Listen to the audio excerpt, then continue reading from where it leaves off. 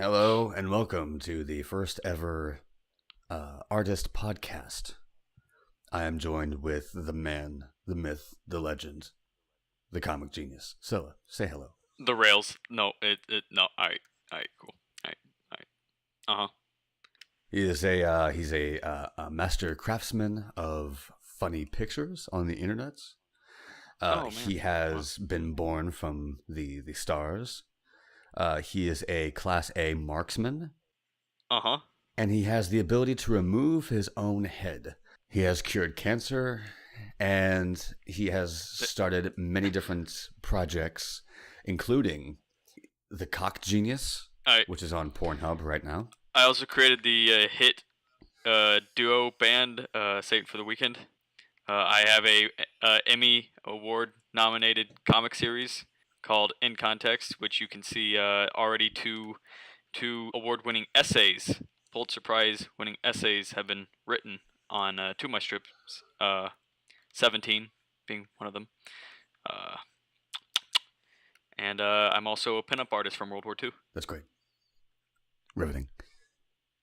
So, how did you find your way to this planet specifically, instead of, other planets around in our solar system? You came from the Aquarius system, is that correct? No, actually I came from Fishland, also known as Pisces, also known as I killed my twin in the womb. Dashing. No, but how I got here was actually a funny story. It was actually a mix-up on Apple Maps, because Apple. And yeah. Funny. This is actually glad you brought up the Aquarius and the astrology and the astronomy and the harmony and eHarmony. I'm single. I am looking to mingle. I'm hungry for Pringles, and my birthday is tomorrow. Congratulations. It is your 54th birthday, I believe. You are correct. As always. So you have, so over the years, you have proclaimed yourself to be a SpongeBob fanatic. Is this true? This is true. Actually, this is a true story. Back in, what was it? Fourth grade, I believe. I actually, and this actually isn't a joke. This is a true story. I would have a gambling thing, I guess. I don't know what it'd be called, like underground gambling in fourth grade during snack time, where right. People would bring in die, and I didn't know how die games worked, but I would just have people guess a number, and then I would throw die, and whoever was closest would get some snacks, but I would take 50% of whatever snacks were in the pool.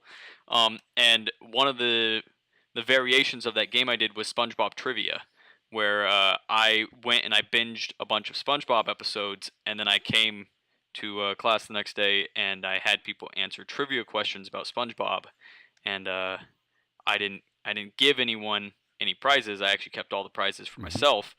But I actually became known as a SpongeBob aficionado in fourth grade. Well, everybody has to be good at something. When you come to the later years, the current years, the current era, if you will, what would you say that your current passion is? I like to jerk off a lot. Mm-hmm. And I consider myself a storyteller. And sometimes those two things go together. They intermingle. It's kind of my passion to mix things together, I guess you would say. So, like combining ice cream and time, as you have done so in your upcoming In Context comic. True? This is correct. Though it's not necessarily ice cream specifically. It's ice cream-esque products, but it doesn't have to be ice cream. So it could be like a Klondike bars. What would you do for Klondike bar? I know what I do. That's a secret for another day. What would you do? That's a secret for another day, my friend.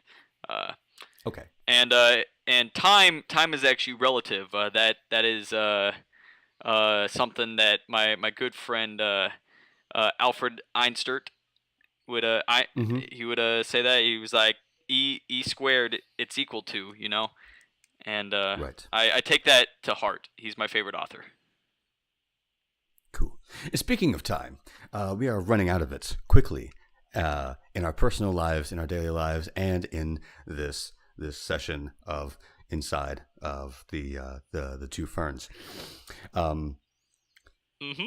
what would your closing arguments be for this? Why would somebody want to gravitate towards your works instead of somebody else's? Um, if you're full of self-hatred and despise the world that you live in, but can't be Hmm. bothered to kill yourself because it proves the world is better than you, um, then I think you would absolutely love my work. It's very positive. It's very full of love and Hmm. emotions, and uh, and sometimes I draw tits. And that's the greatest thing. I know your work has given me quite a quite a boner over the years. Um, Oh, thank you. I yes, see. I one thing. Here's a little secret between you and me. Every time someone gets a boner looking at my work, my boner grows more powerful. and I do hope at some point in the future your boner will ascend to the heavens and give God a good slap on the face. That's the goal. That's the goal and drive behind every work that I put out. That So is great. Thank you for being here with me in my time of need. thank you for having me, Bert Saden. Comic genius, everybody.